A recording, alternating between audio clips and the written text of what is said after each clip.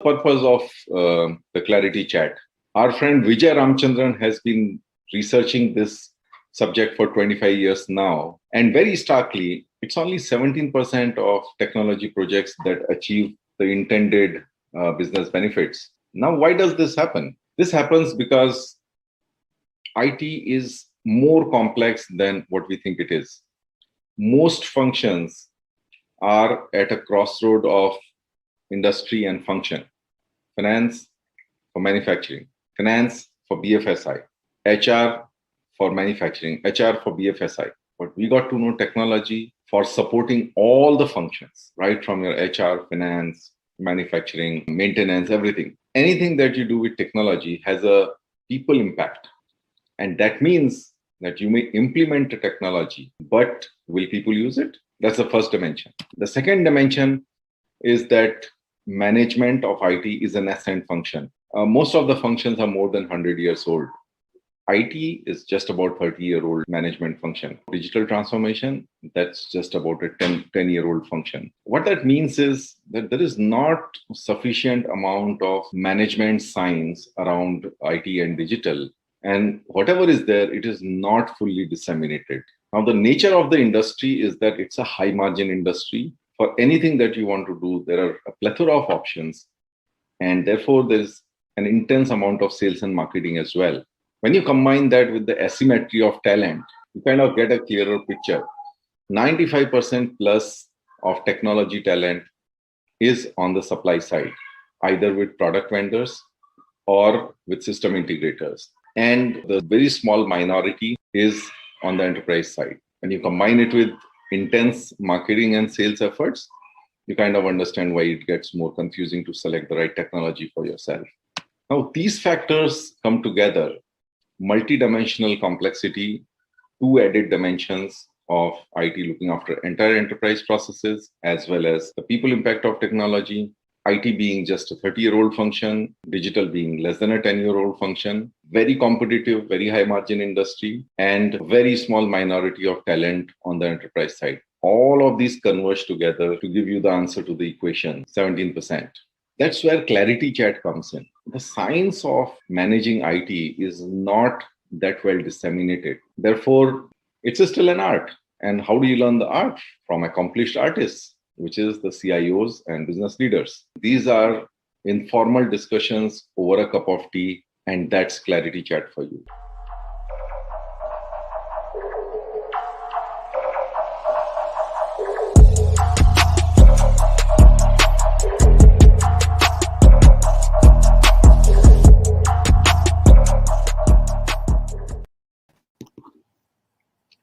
Hey, good afternoon, everyone, and good afternoon, Sumit. Welcome to the ClarITea Chat. Very good afternoon. Thank you. Thank you for inviting me. Thank you for having me, Jagdish. Hey, it's always a pleasure talking to you, Sumit. I remember all the times that we have had some engaging discussions on the various topics that we are going to discuss today.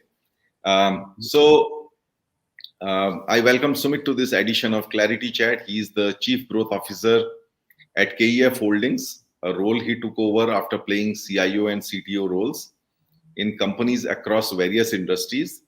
For a change, I'm going to ask Sumit to introduce himself. But before that, I welcome all the audience. I could see quite a few of them joining. So please tell us where you're joining from, and whatever questions you have for Sumit, you can post the questions now or later.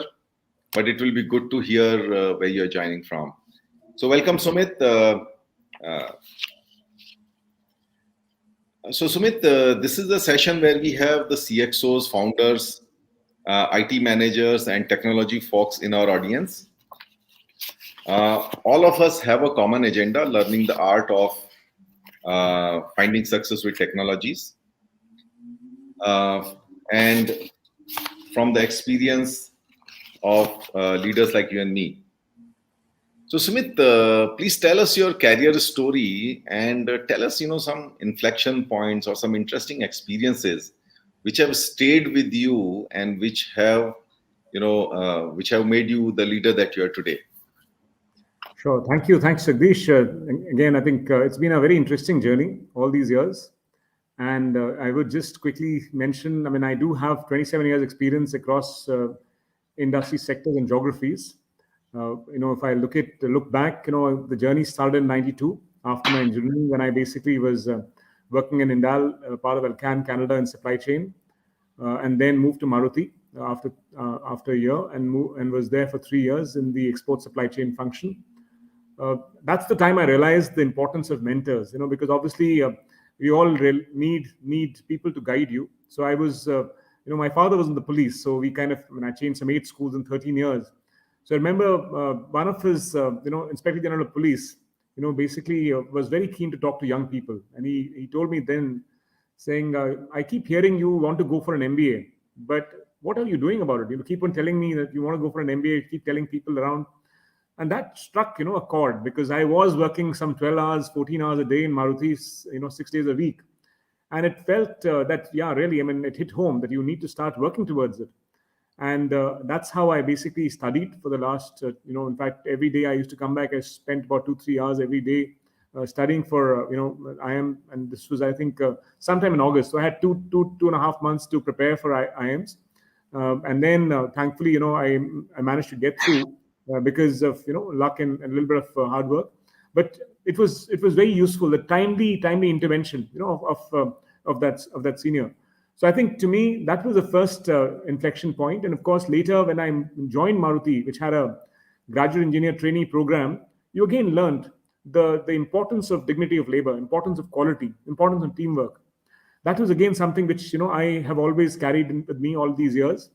I remember we were, for 10 months, we were supposed to be on the production line, on the shop floor.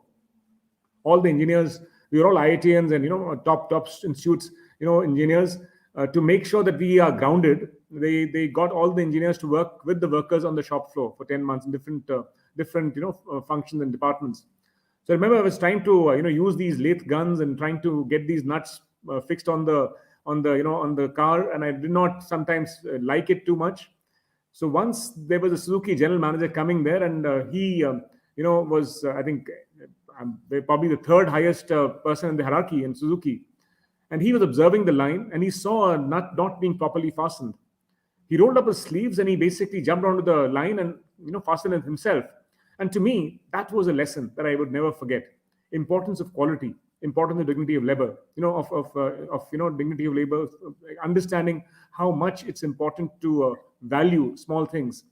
So it has continued all these years. I've moved various sectors. I've basically been in insurance. I've been in healthcare. I worked as global digitalization leader in GE. And now, of course, with after Max Healthcare, I spent time as group CTO for Evercare, with 30 hospitals there, and finally at KEF Holdings as a chief growth officer. And I think the great thing is now it's IT come business, which is wonderful, because I really like the fact that we actually have an opportunity to impact business in a slightly bigger way, as we go forward. So that's, in a nutshell, my story. I did Oh, have no, some stint on PwC also, the consulting side, but I think it's good to get a better exposure of sectors, because IT cuts across. IT is in some ways a unifier, and it's all about understanding business and driving value. no, absolutely, absolutely. So anyway, we will have more questions coming along your way, and where you will drop on your various strengths. So for now, I think I have lots of interest in hearing you, Sumit. So let me bring in some of the people here. Sandeep Batra, hi Sandeep. Mohit is there joining from YouTube. Mrinal has been fairly consistent. Thanks, Mrinal, for being a regular. Then some of the comments are coming from LinkedIn user. I'm sure you're logging in from your own logins. But maybe if you can just put your first name at the end, we'll be able to understand better. And we have Chandra Sahu joining from Pune, and we have Vinod Kumar. Well, Sandeep is joining from Germany. We have Sanjeev Bhatia joining from Mumbai. He's an old batchmate from IIM Ahmedabad. We did a management program together. And wow, we have somebody joining from Cincinnati, Ohio. Wow, that must be pretty early. Yes. somebody is waking up early morning on a Saturday to join this. Absolutely. I mean, feel really blessed, man. Absolutely. Yeah. Absolutely. So Nishant, he says that I had a chance to meet Sumit in his Max Healthcare days. Thorough professional and quite knowledgeable. Hi. Hi, Nishant. I have an old colleague, Nagendra, joining from Bangalore. Seshu from Hyderabad. Um, Chief Growth Officer. Oh, very innovative designation. Minal, that's the reason why IT has become, kind of coming to the forefront, because we are now also able to drive revenue. So growth is all about, people all talk about the leadership, CEOs all want growth. So Yeah. it's good to straddle straddle across sectors and But functions. I think what he means is that this is not a title you find commonplace, isn't it?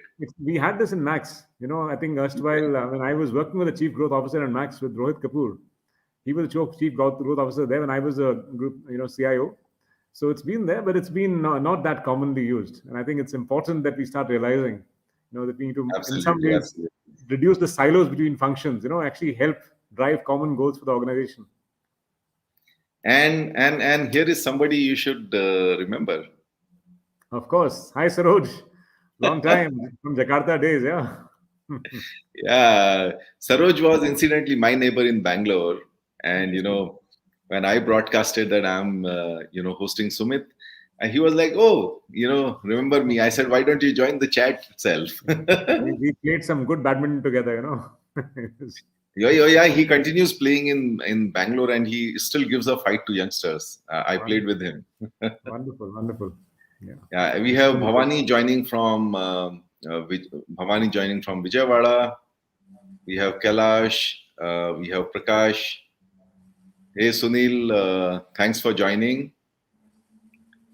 And we have some people from Middle East as well joining. Pankaj from Capital Health, Wonderful, wonderful, excellent. That's my and neighbor. then we have Tarun joining from Delhi. So this is Mhm. almost a global audience, and we also have our Absolutely. another regular Nitin joining from Bangalore. Thanks, Nitin, for joining. So let us continue the chat. So Sumit, you blazed a trail, making a difference with technology. Tell us about some case studies on how did you make the change happen. Especially like where it was really challenging, and what that means is like what is it that you had to do much beyond technology to make that change happen and to get that business benefits? Sure. I think in some sense, it is about understanding business. I mean, I must say that during my PwC days, when I just started out, as a management consultant, you realize that you have to know the business well. You need to get by better understanding of the business. So because you are a upstart, as a management school. Yes, I'd worked for 4 years before coming to management school, and of course the PwC. But there were people with 30 years experience. So you had to be grounded. You had to understand that you might know a lot on certain things, but there are others who know more on certain areas. So I think to me that was the first lesson. We've spent fair amount of time, in fact, in doing bottom up and top down, kind of closures, because sometimes you need to have bottom up commitment. You need to explain to people why this change is needed. You have to show the big picture, and sometimes people listen to it, sometimes people don't. So it's about important that we don't kind of force it down. Sometimes you actually kind of take people along. That ensures full commitment. And the other piece is basically the so the Sorry, biggest Sumit. the Yeah. biggest challenge here is to sometimes do top down, because sometimes people don't realize the need for change. So I think it's starting with bottom up, and if you can manage it, great. If not, then you do mandates. So I remember my time at Max Healthcare. Of course, this was a time when we had doctors as our key customers, our key stakeholders, and it's not easy. I mean, I remember we were trying to deploy e-prescription, for doctors, and there was 7% adoption rate for almost a year. So I got down to brass tacks. We understood with our team, the key challenges that they were facing, and we got set about solving them. So we spent about I think 6 months in solving all the genuine issues. We created clinical governance committee. We created a team of core team of doctors and of course operation staff and IT people to work together. And after that was done, we still had resistance from some people. That's the time we said, now it's top down. That's it. Now no more. Now we're going to start kind of mandating it and ensuring everybody basically starts following it. And that combination, where we also made users champions. The doctor was made the champions. The doctors who were using it very well, they were really celebrated. That helped, and we moved to 85% adoption in a span of say 8 to 10 months. So to me, it's been very, very useful. Many journeys, many aspects around multiple sectors. We've had challenges also around the way, but I think it's about teamwork, making sure people are kind of understanding the bigger picture, knowing what the broad objectives are. Why do we want to do it? When we explain to doctors, for example, that this is when they keep coming to us to say, I want data for clinical research, and you tell them, if you don't enter data, you won't get the right data for research. It's not possible. You have to explain them patiently. I think those are the key things which have helped over the years, and this is true across sectors, I must say. Oh no, absolutely. I think some pickings from what Sumit said. So one is like be grounded. So you have to really get down to the places where the action is, understand, observe, and then really try to solve for them, right? I mean, generally we try to solve it for the organization, for the process, but I think we have to solve it for the people. But then, at a point comes when you have done everything that you could, and that is when you have to really force it top down, because there are no more excuses for the grounds up. So that's a very important one. But I think the other important thing that you mentioned in the passing, Sumit, is like celebrating success, and celebrating the users themselves. So people who are really early adopters, celebrating them, and like making them known faces through whether newsletters or whatever. And I think the other important takeaway was explaining the why. So like, for example, if you want data for clinical research, you need to enter data in a digital format and not just write prescriptions. So very important takeaways here from Sumit. So Sumit, I will further go on to just bring in some audience comments. Murli has again been a regular. Thanks, Murli, for joining from Mumbai. Sumit is joined from Pune, and he was very anxious. He wrote on the post as how do I join? And I said, don't worry, we'll post the link here. Hey, I don't know your. Somehow it comes as a LinkedIn user, but thank you. Naveen again from Hyderabad. Mrinal says, brilliantly said, absolutely, who else better your business than a CIO? Sandeep, good blend of top-down, bottom-up stakeholder involvement. So that's great. But folks, please keep your questions coming. I still see a lot of good job for Sumit, but no questions as yet. So Sumit, you have worked in enterprises which have been local as well as global. So you worked in GE, you were handling international operations when you were in I think Jekis, if I'm correct, yes. right? Yes. So after GSJ. And then you were in Indonesia for a while, where you met Saroj, of course. Yes. And now you have been in Dubai for last 3 years. So how has been the transition going from being, let's say, a local leader, being in India or geography, and then going on. I have been to Indonesia. It's a very, very different country. Middle East is very different. So how have you evolved? So what are the things that you have learned in terms of managing a global team? Plus, what are the things that don't change? There are some things that don't change, and there are some things that you need to change in your management style. So what have those been? Absolutely. So I think that's a great question. And so very quickly, I'll just mention that that I have, obviously, like I was mentioning, I've studied in 8 schools in 13 years. During my dad's police days, so I got a taste of various states of India. That teaches you adaptability. I mean, I was in Kerala, I was in Calcutta, I was in Nagpur, Amritsar, Assam, all kinds of places. Actually, and Delhi. So I passed out from DPS RK Puram, but it gave me a good blend of different cultures, because India itself is many countries in itself. It has so much diversity. When I basically moved to Indonesia, because I had spent time on projects with GE, I used to go to say a China or a Hungary or a Mexico or US. It was only on projects, brief projects, and come back. The same for PwC. But Indonesia was my first stint, which was actually long term. A long kind of stint, about 5 to 6 years, and that's where I realized, that how important it is to adjust to cultural differences and understand cultural differences.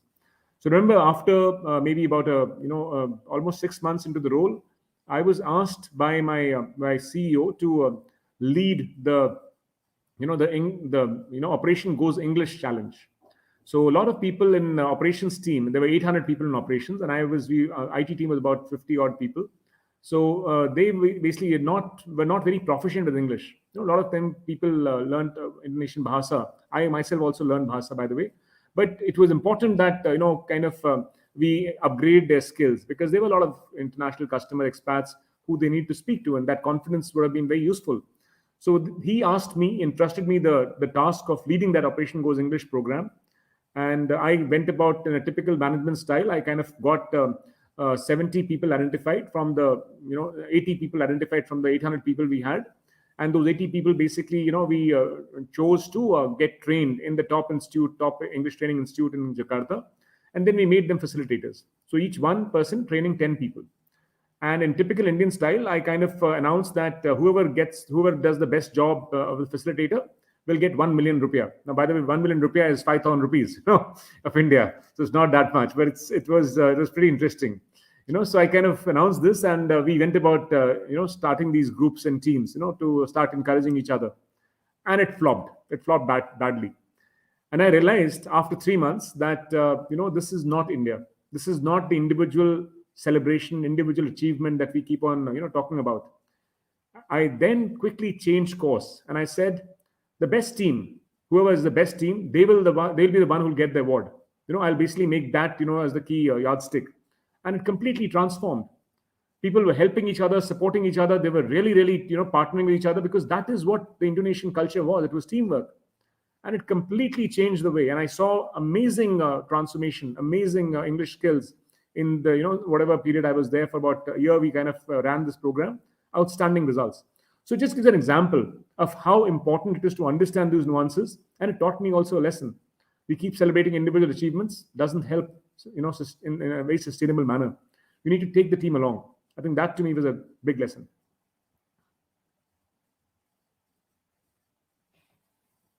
Sorry, I can't hear you, Jagdish, for some reason. Oh, I unmuted myself. I was just taking some notes from what you were telling me. Sure. So, very, I think, interesting one that, you learned Bahasa. I think that's like one. You're giving some nuggets or some gems in the passing, which is what I love to kind of reinforce with the audience. And I think this has been I learned 9 languages, but I keep forgetting them. But I think this is a very good quality of a leader, Sumit, is that you are a sponge. You try to absorb the environment wherever you are in. In fact, just to kind of resonate with what you were saying, that I haven't played a role where I have worked remotely. So when I took over as a CIO for Tata Motors, the role was based in Pune. I actually went to Pune, even though I could have commuted from Mumbai, because I wanted me and my family to be there, to participate in the social life here, to understand what the Pune culture is, because that's what will reflect in my team. And if I don't understand it, I can't work well. Similarly, when I joined GE in Bangalore, there were a lot of hires, senior level hires who were actually doing up and down from different cities. Of course, they had kids in certain stages where they couldn't have moved their families. But I was in a sweet spot where I could have moved my family, and I moved my family, even though we were there for 3 years. And again, the whole issue was that, I could see that, there was a certain period when I was doing up and down, and I saw that, there were a lot of team activities happening on the weekends, like, people participating in a marathon, or just going out for an outing. And I couldn't be part of that, because weekends I was in Mumbai. So I think a very important point there, though you said it in the passing, is to absorb what happens locally, to absorb that culture, and then appreciate it better. Absolutely. But I think that was a good catch, that it's not the same culture that you can understanding that you can take beyond. Totally. So we have thanks Bhavani for that comment. Now Chandra has a question for you, Sumit. Well, I think Chandra, you can ask this question. I don't have to ask it. So today, every mid or large organization's transformation is highly dependent on digitalization and IT transformation, but only very few CIOs are able to make to CEO. When can we see IT from being an enabler to a mainstream business? Sumit, you have moved from a CIO to a chief growth officer. You should know the answer best. No, totally. So I think, look, I mean, there are a couple of dimensions to this. So the first dimension, I must say, is for the CIO themselves. We do need to change our thinking and our mindset. Sometimes we feel we are confined to a particular boundary. We don't look beyond. We need to understand finance. We need to understand, some of the other aspects of the business. What drives business? What is the most important things? And we do projects for virtually everything, every single function.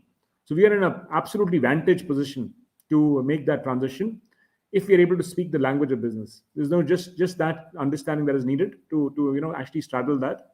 That's one part to it, which is more, I think, in some ways linked to what we do as CIOs.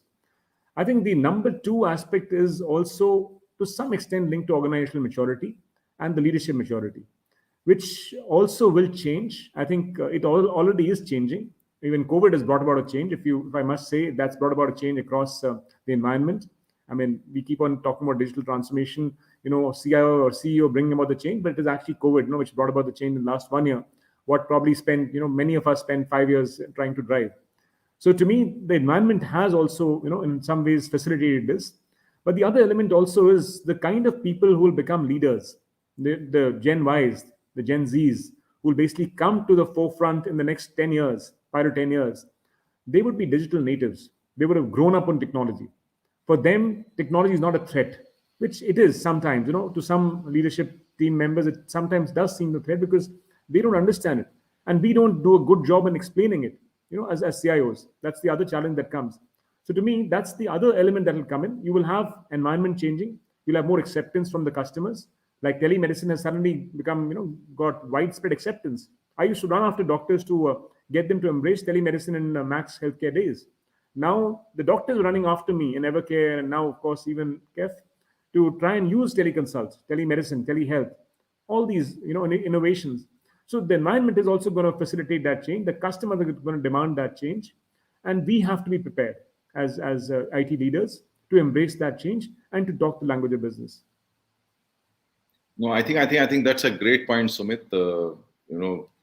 I've heard multiple of my guests say that IT is one of the few functions who engages deeply into every single business function and process, because we have to support everyone, and therefore if a CIO has the mindset, then you can actually understand the entire organization. I think the big point that you made about here is the language. Do we speak the business language? Do we speak performance KPIs? Do we speak business growth? Do we speak the cost, right?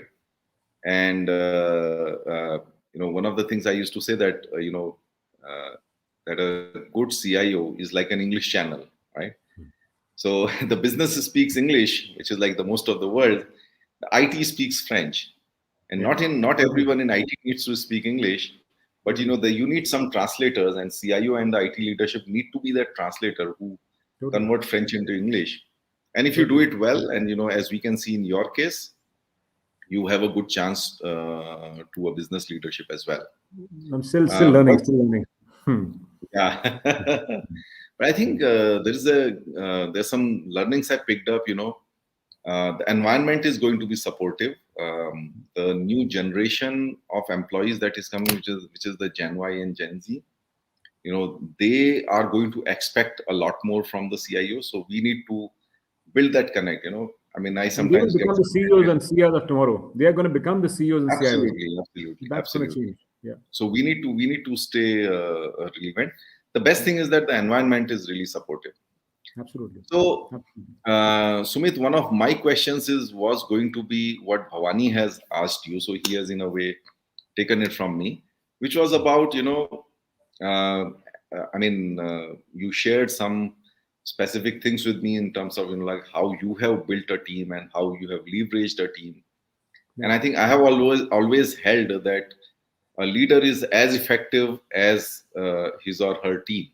completely agree. So the question from Bhavani is, what are the specific challenges you encountered while building a team? How did you establish purpose to your team and any scientific and behavioral approaches taken? Sure. So I think that's a great question. I think to me, the first thing, and I'll just kind of give an example of ICSA Prudential. I mean, I'm still in touch with some of my team members from those days. This is like 2005, 2000, sorry, yeah, around that time. So 15, 16 years, they're still in touch, many of them. So I had kind of left Genpact. In fact, I used to be Jekis, and it was moving to become Genpact at that time in 2005. I mean, you might know, you also have a G stint briefly. So I'm I'm sure there was quite a few uncertainty that time. So my ex, in fact, that time he was the CIO for ICICI Prudential, and also the HR head. Both were ex G, and they basically asked me to join them as senior vice president for ICICI Prudential. The time I joined them, I think, unfortunately, within a month and a half, my CIO left. He had a falling out with the CEO, and he had to leave.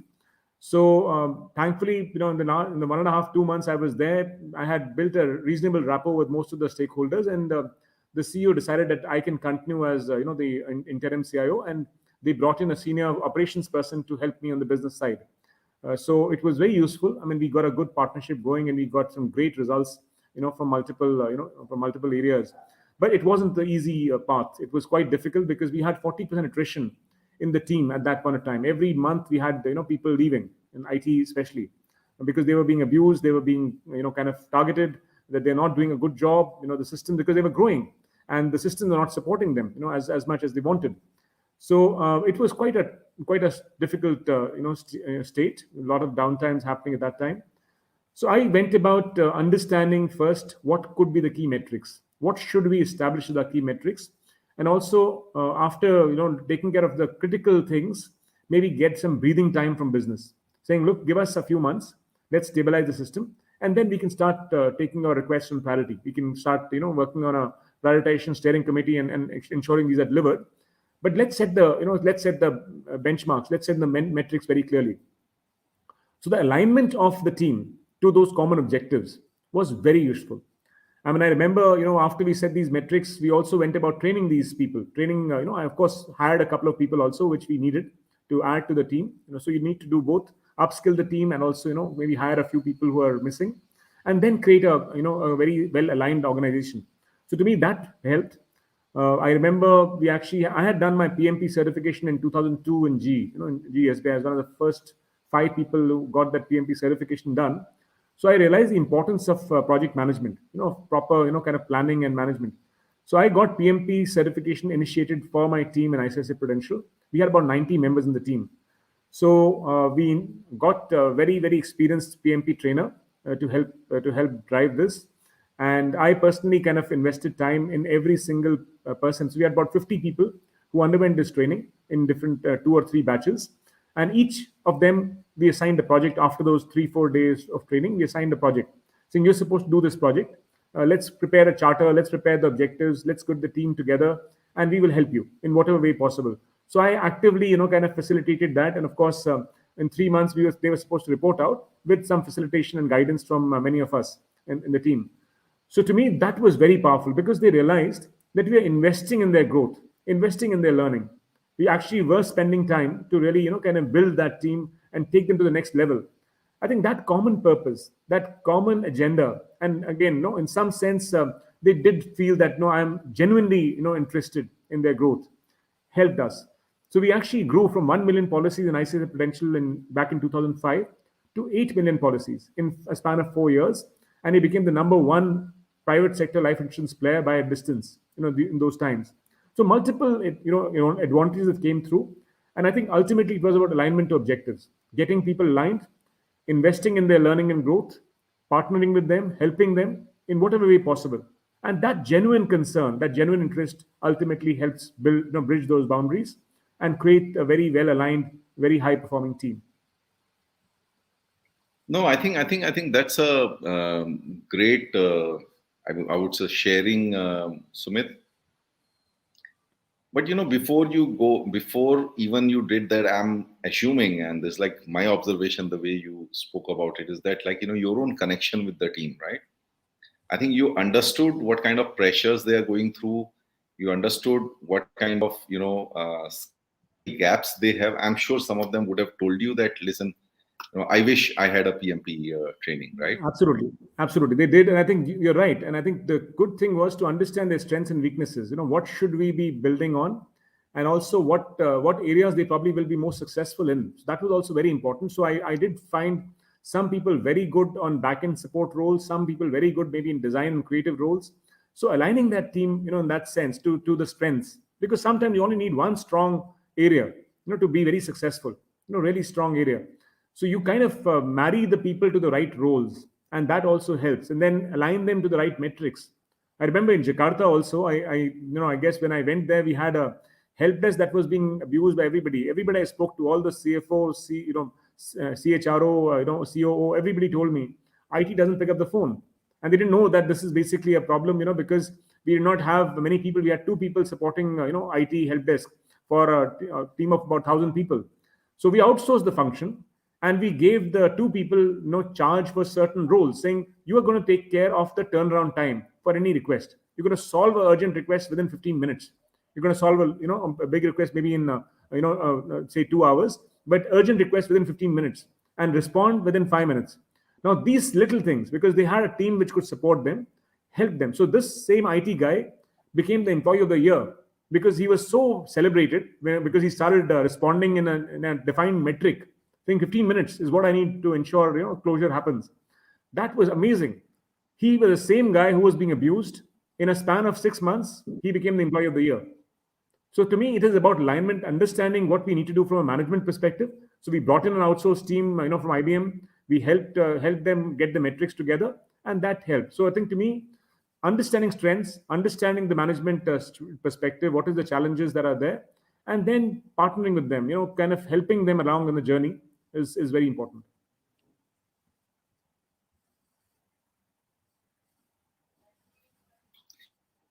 Yeah, sorry, Sumit. I kind of I couldn't hear you in between very clearly, so I was just wondering whether it's my connection or your connection problem. Now it seems to be okay. But I think the key takeaways here is like one is align people to common metrics, align people to their capabilities versus the organization requirements, even if it means changing some roles, listening to the people, and having a genuine concern for their development. I mean, makes me share. This makes me share one of my experiences. So we had acquired Jaguar Land Rover, and their IT was actually a legacy, a good amount of legacy coming from Ford, and we had lots of interactions going on between India and UK, and I sort of sensed that our guys were like they. I mean, we had very good IT actually. We had like an integrated SAP across the entire organization, and a great CRM going around and all that. But I still felt that that little bit of hesitation, or you may call it as a complex. And I actually worked with my HR, and I got about 60 of the people, the senior people in the organization, including some of our key partner people. We got them trained on presentation skills and what do you call etiquettes. Okay. Right, absolutely, So absolutely. it is like a lot of stuff, like how to tie your tie, to like the table manners, how to use Absolutely, chopsticks, absolutely. a lot of those things. And I can tell you that it has been one of the most fun training programs, and one of those training programs that really gave a lot of confidence to our team in terms of like becoming a global team. Totally, totally. I must say that I did my internship with TAS, Tata Administrative Services, and they taught me how to hold a fork properly. During that internship period, also, Mr. Bhupen Hazarika was there. I think that was a useful thing. I still remember that as the best training I've attended. There was so much invested, in making us No, learn things. absolutely, absolutely. Yeah, I think we need to. I mean, we need to invest in team both in terms of the hard skills, which is Totally. like the PMP, as well as the soft skills, which basically are aligned to the context of what you're going to handle. So Right. the questions are coming. I have like a flood of comments here, Sumit, but there's a very important question that I wanted to ask you. In the ClarITea Chat, we talk about the asymmetry of talent. That less than 5% of technology talent is on the on the enterprise side, which is on the user side, whereas more than 95% is on either the product Absolutely. vendors or the system integrator side. Right. So tell me, how do you use it to your advantage? There's no point complaining about it, right? Correct. That I don't have talent available for me. So how do you use it to your advantage? And tell us some case studies how you managed and leveraged partners. Correct. So I think very clearly, I mean, that was a key word you used, partners, because most time people just consider them as vendors, and that's not great, because it's very short-term approach. So I've always found partners, who have really been kind of, in a way, long-term, with me. We've had many, many success stories along the way. I've been reference study, case references from multiple companies over the years. Uh, to give you an example, I mean, I remember again, time in ICICI, where we had TCS, actually had one person who came to understand our challenges. And I told them, he was quite good. He actually was quite a very analytical guy, very good solution oriented guy.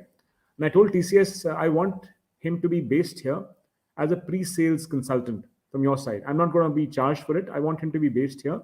Let him understand our context, and then let's figure out if there's some projects that can be done. And that approach helped because TCS also understood the value, of giving much more grounds up understanding of challenges, and then the solutions around it. In a span of again a year, we grew from 1% to 25 people doing multiple projects of TCS, of TCS within the company, and some excellent results, outstanding results. So to me, it was about partnerships. I have created, very strong relationships with many of the partners that were there, and have fought for them in many areas. Sometimes when payments are not being given because finance teams felt they were just vendors, you fought for them because you knew it was not fair. You have to have a win-win relationship. So I've had multiple showdowns also with CFOs, but that's the journey. You need to cover that journey together. That's the key objective, and that's what I have done, and that's how we've got some great relationships. We've got great relationships in Max Healthcare. I got some great relationship in GE. Even one of my I was referred by Hitesh, who was that time as Polaris. I remember 20 years ago, we actually met in GE, and we made Polaris our GDC Global Development Partner, and he interacted with me, and we liked each other. And 10 years later, Max Healthcare, he was recommending me for the position of CIO when he was the Max Life CIO. So it was an amazing journey, and it's been again built in trust, built in friendship, built in common objectives, and a win-win mentality. Yeah, no, I think that's a great message. So we have to not only, so they are there to do the work. That's the basic hygiene, right? So they have to deliver for that, and they know that if they deliver, then only they get more business. But I think the level of relationship can be increased if you mentor them, if you be fair to them, if you protect them, you fight for them, and most importantly, build that level of trust, right? Right. Correct. And treat them as your own team. So Absolutely. I Absolutely. remember, Working spirit. a similar case of. Sorry, yeah, go ahead.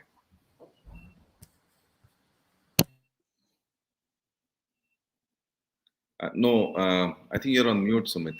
Yeah, that's fine. Sorry. Ah, okay, okay. No, no, no. So I remember a case where we had one very very large relationship with with our partner, another group company, and this was completely time and material. Okay, almost hundreds of people on time and material basis, and I figured out that that's not sustainable. We have to move away because the moment you put somebody on time and material, you really have to monitor the output. And I didn't want to be in that situation where I have to put my people on monitoring the outputs and all of that. So we wanted it to be more a performance-driven relationship. So it was really, really huge, effort in making the management right from the CEO downwards agree to, move to a fixed cost, long-term kind of contract with some efficiencies on built-in and all built-in, which was coming from our learnings of global outsourcing, which we had done before. But you know what? I mean, once we have done that, 2 years later or within a year, they came back to me and said, Jagdish, thanks for pushing us to do that, because the industry works on that model, and they immediately started winning some external contracts which were on a similar, sort of fixed cost model. Yeah, so sometimes, it is like to do what is right for you, what is right for the partner, and not really make it exploitative, right? Absolutely, absolutely. And we've done that. And I must say that there are quite a few places where we've had partners help build the business case jointly with us, for certain Absolutely. things. It was so important. So I Absolutely. remember system admin outsourcing, or the first time somebody did that in Indonesia with IBM. I mean, we basically said, let's kind of put that case together, saying if 1 hour downtime happens, how much revenue are we going to lose? And let's get that properly drafted and then presented. And that's how IBM got its first deal of outsourcing, in Indonesia and Jakarta, and then of course it went on to become the largest SI there. But those are interesting areas that we obviously can leverage together with common kind of strengths. No, absolutely, absolutely. So, Sumit, we will move on to some more audience questions now. So, Mangesh is asking, what approach do you follow while driving change, navigating across different sectors, apart from understanding what is in it for me for stakeholders? What are the other things? I think, like I said, I mean, most important here aspect here is that you do need to put business metrics together.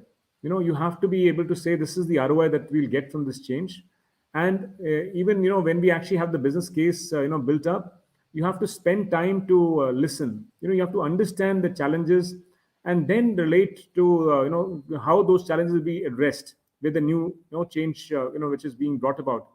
I must say, if I look at basically various solutions we've deployed, and I probably will reflect back on, I've had hundreds of projects that have been successful, but I remember one project that failed spectacularly, in GE.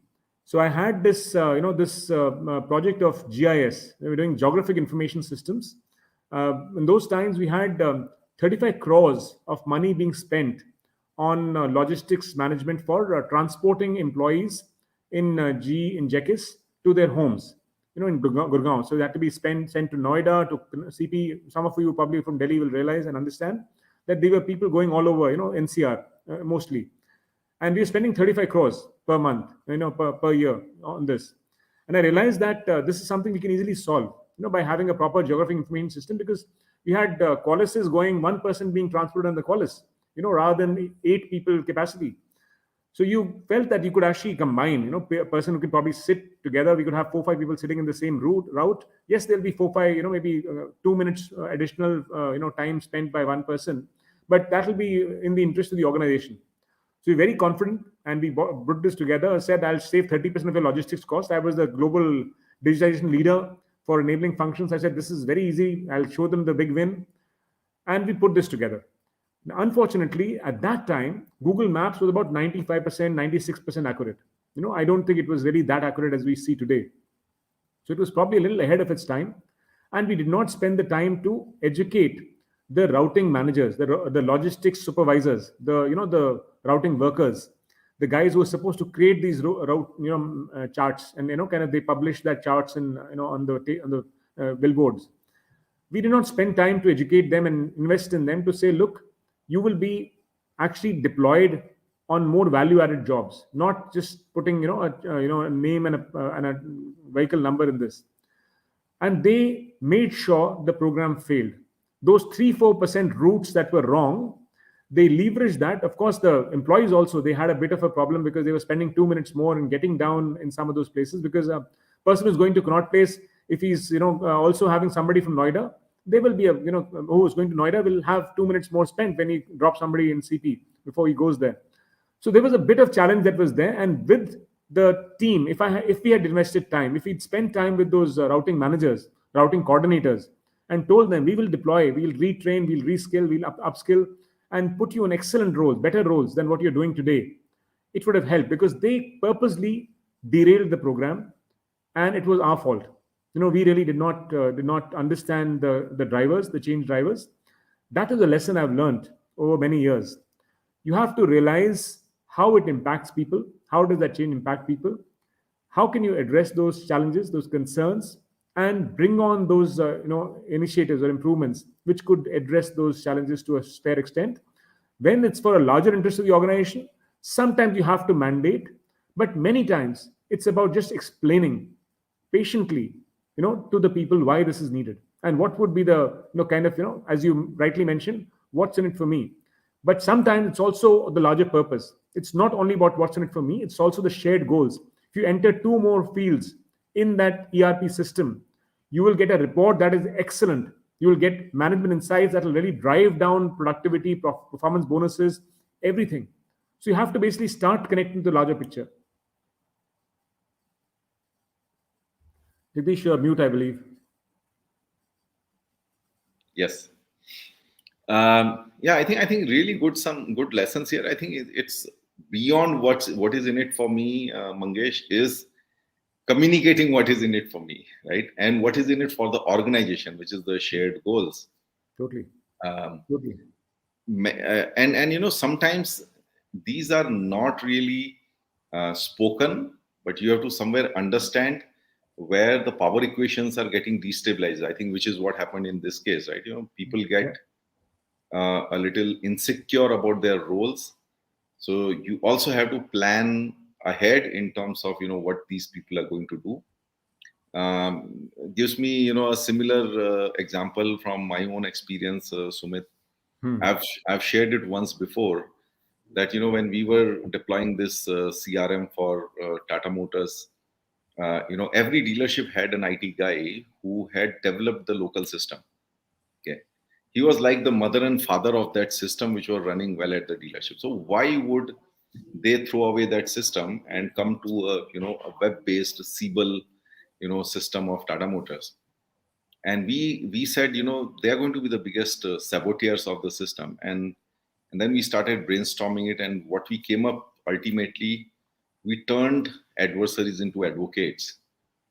It was actually to design a very special training program for these people, putting them on the pedestal, designing the system in such a way that they don't lose their administrative privileges. So we leveraged something called a delegated admin. This was way back in 2003. We figured out how to delegate administration of local dealership to them. And we even went to the extent of telling them that, listen, Fox Pro is not going to take you anywhere. Mm-hmm. You come on to Siebel, you may probably get somewhere, in this new world. And believe me, there are quite a few of those system admins who are now automotive, SMEs in some large organizations. And no, there are many things we share, Jagdish. I must say this because GE also, automobiles, but Siebel also. I did Siebel implementations for Hungary, Mexico, China, US, and India. We tried to standardize the Siebel CRM, for all of GE, and that's exactly what we did. We made sure that it was coming as their idea, not ours, when we are standardizing some processes. So we connect with some of those team leaders, and ensure that they are part of the journey. They kind of believe and they own this. Ultimately it's about absolutely. their project, not mine. Yeah, no, absolutely. And you are absolutely right. Then later on, what happened was, we were trying to solve all the support issues ourselves, and these guys themselves came to us and said that, listen. So one of their power, vectors was the fact that everybody would come to them for support. Okay. Absolutely. And we were so happy. We said, okay, you do your local support. We will reduce our, central manpower. So Tata Motors has to spend less. So why don't you do your own support? And then the new workflow was created where, they would support. If they can't help something, then only it will come. So it was a win-win. They got their power as it is, and, we get lesser support calls. Yeah. Absolutely. So that's helped me. That's helped me in many ways. I must say this. Those experiences have really helped me even in different cultures. Today in Evercare Hospital, I remember we're deploying the global Oracle instance in Nigeria, Kenya, Bangladesh, India, Pakistan. That's the kind of learning you realize we can leverage when you're talking to them. So in some sense, you obviously, understand cultural differences, and you kind of make sure you can, adapt and modify your approach a bit to make it work there, and make it appear as their idea and their initiative, because that's what you don't don't force feed them. You have to respect Absolutely. their own talent and their own initiative. No, absolutely, absolutely. So we have questions keeping on coming, Sumit. So we have Mohit Harbola asking you a question about transition from a CTO to a CGO role. Did it require a mindset change, or was he always operating with a growth leader mindset? And I think his immediate follow-up question is, what's his message to leaders making this transition? Well, I think again, I mean, I must say that I was always, at least in my mind, always operating with that mindset. I was all the metrics that I used to publish, even in most organizations. I remember, I think at least since 10 years back, have not been IT metrics. Just one slide I have on IT metrics and system availability or production, project support or production support aspects. Everything else is business metrics. How are we delivering business value? Reducing costs, enhancing revenue, enhancing quality, or impact, making an impact, wherever possible. So you bucket these initiatives under these heads, and you start talking, actual business goals. What would be beneficial? So I have been operating from that mindset. Sometimes business leaders haven't perceived me. They felt that I was intruding in their areas. So you learned with time what you needed to do, how you needed to, kind of address and maybe have a side conversation with them so that they don't feel, kind of bad about what I'm trying to do or understanding from them, saying this is what the metric is. But it's important to really, kind of address these challenges that they face on a day-to-day basis. In some sense, they also sometimes fear technology, and it's our role and goal to make it simple, make it easy for them, in that sense. So I have operated from a growth mindset for a long time, but I have refined my approach over the years. Had become a little bit better. I still am nowhere the finished product. I still have a long way to go, but it's useful, to at least start thinking that. And I think that's the point which digital is driving nowadays. Digital, why it's become so important is because digital means revenue. IT has suddenly moved from the back end to the front end, driving revenue growth for the organization.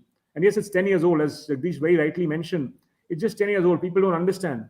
And I would strongly recommend not having divorced goals between a CDO and a CIO, Chief Digital Officer and CIO. They should have aligned goals completely, even if they were to probably be two different individuals. Ideally, just one. But even if they're two, then you need to have complete alignment of goals.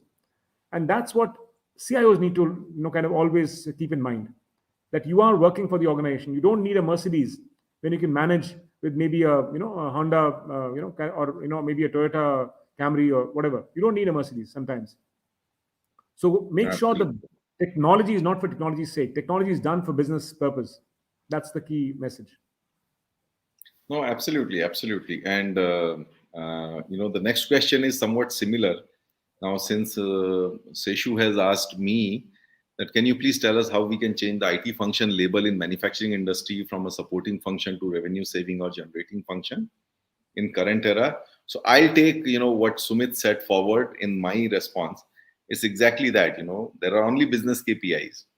So I remember Sumit and Seshu, we were looking at. So the best way actually to look at is like, just go through. There is a fat annual report that comes out. Try to get access to it and look at all the cost elements there. Okay, look at the various cost elements and the various, line of business kind of elements there, the various products and all. And that data tells you so much. That data tells you so much. So when I, once actually a PGT, a new MBA we had hired, he asked me, sir, we are working on IoT, and this is like, why? And that was like a hammer on my head. I said, okay, let's try to answer that question, why? And I had this annual report, and we took it out, and we started looking at, what kind of cost can we save with IoT? Power cost, I think almost 500 crores. Fuel cost, almost 100 crores, right? Maintenance cost, I mean, another. So the figures were, when you're in manufacturing, please don't underestimate the amount of cost that is incurred by your various functions, whether it is your HR cost. I mean, the warranty cost used to be like, an a next order of magnitude of IT cost in Tata Motors. So When you're in manufacturing organization, focus on those business KPIs and you will start driving your agenda from there. So let's move on.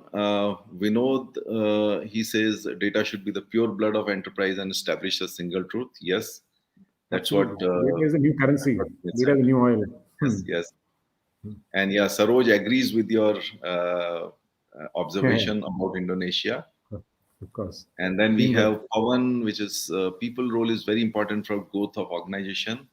How you worked on people front, internal and custom for digitalization? What is growth officer role change compared to chief information officer? I think you have answered that in a way, Sumit, but like you just want to add something there.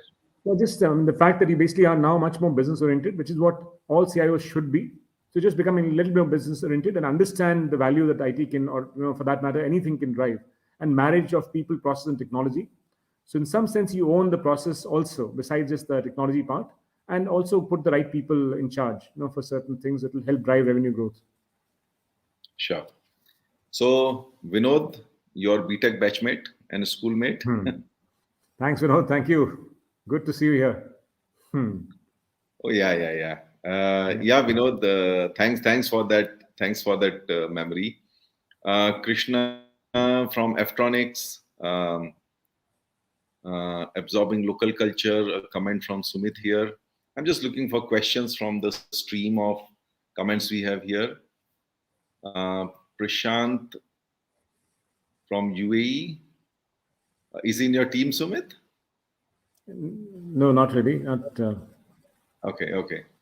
But yeah, I mean, I think he's joining from Dubai. So Venkatesh, hey Venkatesh, Venkatesh has been here on the ClarITea Chat before. I think 2-3 weeks back he was here. Wonderful. So thanks for joining this one.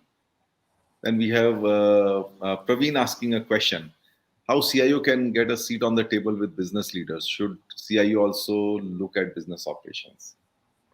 Yeah, so I think my sense is, you have to decide what your core strengths are. If you basically are strong in operations, maybe COO is a good way to transition, because you obviously understand operations, and you can digitize and automate and improve productivity, reduce costs for the organization. So maybe a CIO to a COO jump is easier. Some people might find a CMO role also to be quite useful. I mean, they could be into marketing initiatives and digital marketing, and maybe they further enhance and augment their skills on the digital marketing side, which could be helping in revenue growth for the organization, because ultimately it's about the revenue, it's about the numbers, the sales that you can basically generate. So CMO is also great option, something I have always valued. So to me, there are logical steps to move towards the CEO role, and keep on enhancing your business knowledge along the way. Keep on learning. That's the key message. Sure. I think this is a very, very good question in the current times when there's like such a war for talent. There's a cutthroat competition for hiring IT talent in India, especially with work from home where people have more options. Now, how can you attract good IT talent if you're not in a blue chip IT company at this time? What other factors apart from money? Question from Partha. I think it's a great question, and I must say it's ultimately about both qualitative and quantitative aspects, right? I mean, it's not always monetary aspects; it's also non-monetary. You have to have genuine interest and genuine investment in their growth, in their learning. I mean, as I was mentioning, I think I really value the fact that I still have people in previous organizations still in touch with me, 15 years old, 20 years old. People still connect with me and still, wish me and take some advice and guidance sometimes on career goals. And same thing for me. I take advice from Rajat sir, who was the CEO for Max Healthcare, Yashpal Singhal, Mr. Sandeep Fanisgaonkar. They were all amazing leaders, who really helped me in my journey. So to me, it's about having that genuine investment in their learning, in their growth, partnering them, supporting them. Sometimes being the bad guy in the room. I've told this to my team members many times. If you have a problem and you know that this is not easy, you need to address this problem from any business leader. I'll be the bad guy in the room. I'll talk about the problem. You don't have to kind of spoil your relationship with them. I'm happy to be the that person, because it's important that we sometimes take a stand on certain things. When you're talking about change requests that keep coming thick and fast, you have to be able to say, look, what is the trade-off you're going to do? Are you going to deploy this in time or not? What are you trying? So there's certain problems that sometimes have to be addressed by the leaders. They have to stand by their team. They have to protect them. And that attitude shows, the genuine concern shows, which is the reason why people join you. Because if they feel that you will help them in their careers, in their journey, in their growth, they will be happy to join, even though the brand is not big. I'm doing that in KEF Holdings. I'm trying to get people to come in to make sure that we can really create something of value. We're looking at healthcare and wellness, both augmented and end-to-end wellness, integrate wellness from prevention to cure. And we are getting some people to join me who were there with me in previous organizations. They might have handled bigger roles, but they respect me, and that's how they're coming in. I think that's what matters. That credibility, the investment, in their journeys. I think that's what we need to keep cultivating. And like I said, I'm nowhere perfect. I need to further improve constantly, but I would think that's the path to take going forward. No, absolutely, Sumit. And this is a much used phrase that people don't leave organizations, they leave managers. And I can tell you from my experience, people don't join organizations, they join leaders. So, just to narrate my own experience, when I first became the CIO, the IT was in a state where, I couldn't, I couldn't have attracted talent. But then, I think I created a sort of vision and a strategy, and a fairly credible strategy at that. And then I started asking people to join. So I had like people joining from GE, from Oracle, and all these. And this was I made sure that when they are, my room in Pune did not have an AC. Okay. And I wanted to make sure that they know the reality. So one is like, never make a false promise, but have a great vision or something, which they should say that, okay, I'm going to learn and grow with you. So some of these people are still there. So Sumit, we are like at the end of the hour, 4 minutes past. And let's move towards the last one. There are more questions, but what we'll try to do is, Sumit, you can look them up later on. It will be there in the chat comments, and you can answer some of them which you want to, and I'll try to answer, whatever is addressed to me. But moving to the last section, which is the rapid fire. So, Sumit, what is the biggest difference from your point of view between digital first organizations and traditional organizations? I think the absence of legacy, the fact that you can actually create a very amazing user-friendly design, UI UX interface, mobile-first strategies. So that design-first approach, I think that's the key difference. Absolutely, and I think by corollary, that question also means that if you want to become a digital-first organization, address your legacy. Totally, absolutely right. Great. So, what is one thing in your view that CIO should do differently to drive digital transformation from the front? Speak the language of business and learn the business as much as you can. Yes, I think you have been very clear on that.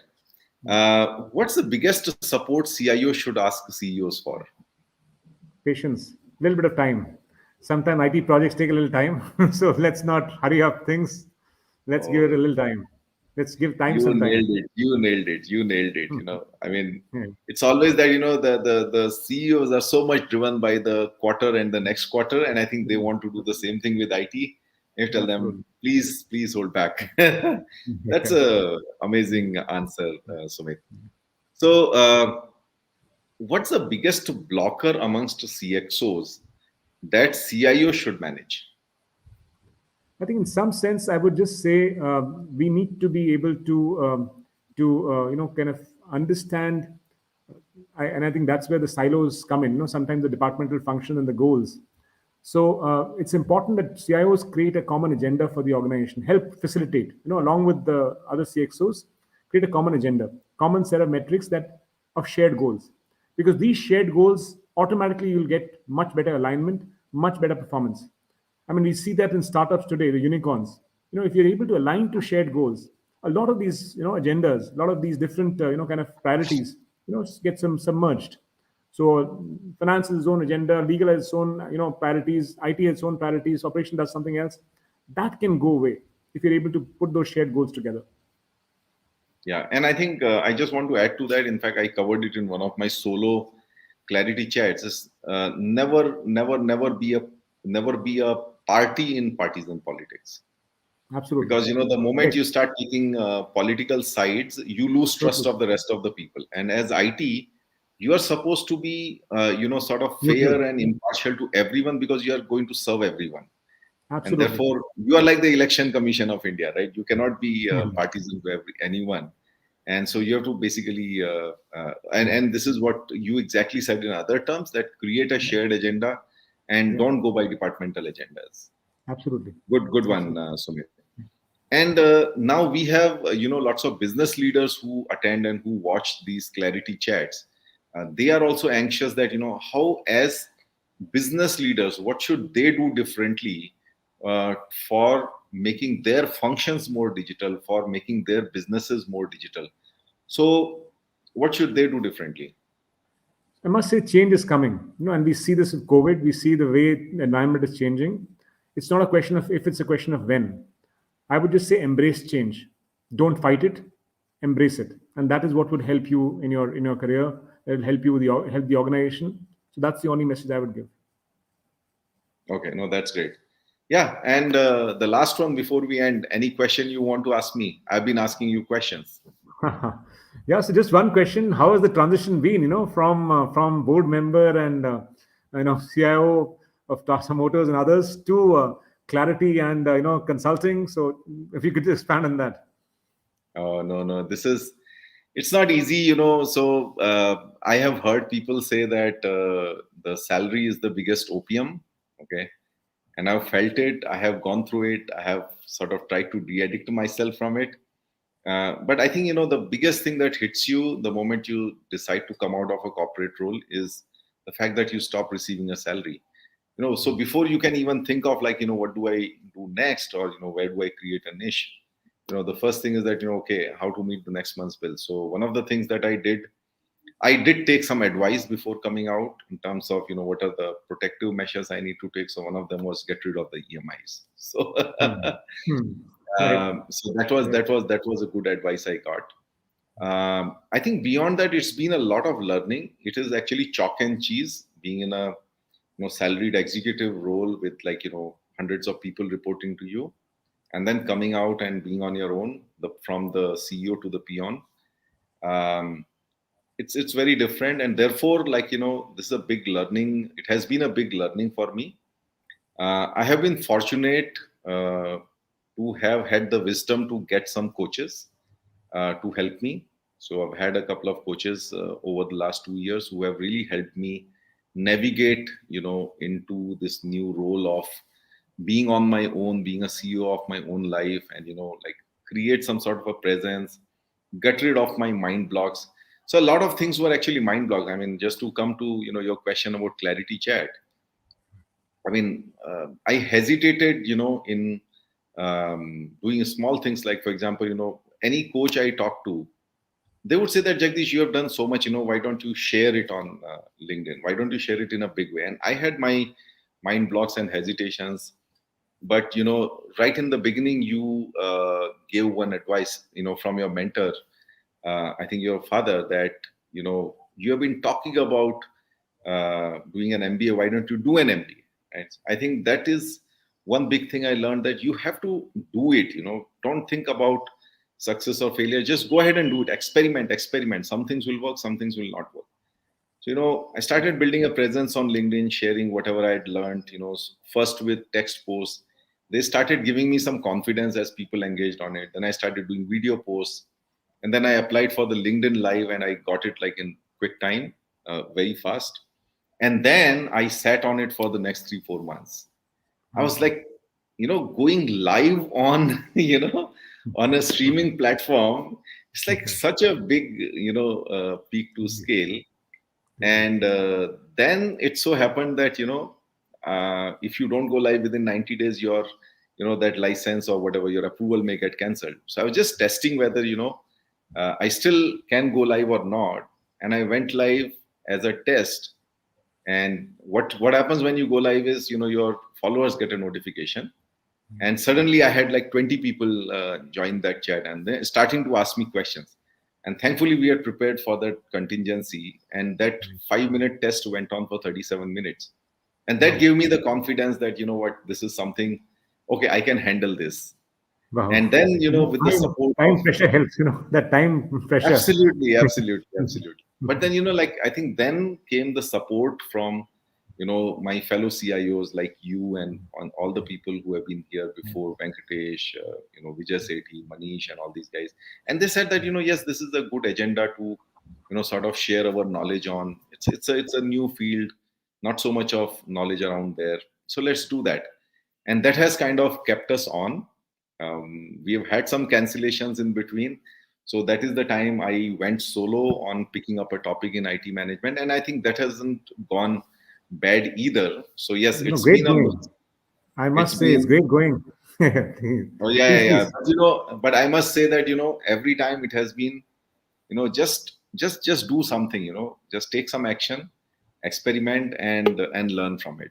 So that's the biggest thing. Absolutely. And I must say, there are very few things in life which grow with sharing. Knowledge is one of those. And to me, Absolutely. that's a very, very positive, step you've taken, with that sharing. And I'm sure it will be benefiting many, many people around. Thank you, Sumit. I know we are almost 15 minutes over time. Thanks for staying here. And Absolutely. thank you all the audience for joining in. I know we couldn't bring up everybody here, your questions and comments, but we'll respond to you. And we'll come back again next Saturday, 5 p.m. Indian Standard Time. So if you're joining from elsewhere, please adjust your timing. The moment I saw today that people joining from other geographies, I have to now make sure that I say 5 p.m. IST. So thank you, Sumit, so much. Thank you for sharing, your Thank you. experience, your Thank knowledge, you. Sure. and Thank you. thank you all the audience for joining for the ClarITea Chat. See you next week, 5 Thank p.m. you. IST. Bye bye for now.